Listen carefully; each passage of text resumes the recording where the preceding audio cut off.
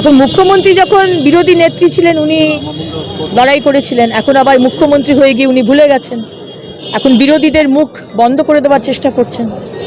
1 বছর হয়ে গেল, এখনো অভয়ার বিচার হলো না। প্রথম 5 দিনের মধ্যে মুখ্যমন্ত্রী নিজে, আমি নিজে বলবো, লিডারশিপ নিয়ে এক্স সিপি বিনীত গোয়েলের মদত নিয়ে তথ্য লোপাট করে দিয়েছেন।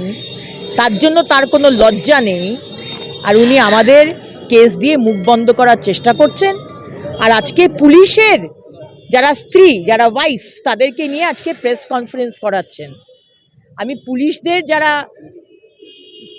মহিলারা, যারা বাড়ির মহিলারা আজকে প্রেস কনফারেন্স করবেন, আমি তাদের কাছে প্রশ্ন রাখবো, যখন অনুব্রত মণ্ডল আপনাদের নিয়ে, আপনার মানে মাদের আর স্ত্রীদের নিয়ে বিছানায় আসার কথা বলেছিলেন, তখন প্রেস কনফারেন্স করতে ভুলে গেলেন কেন?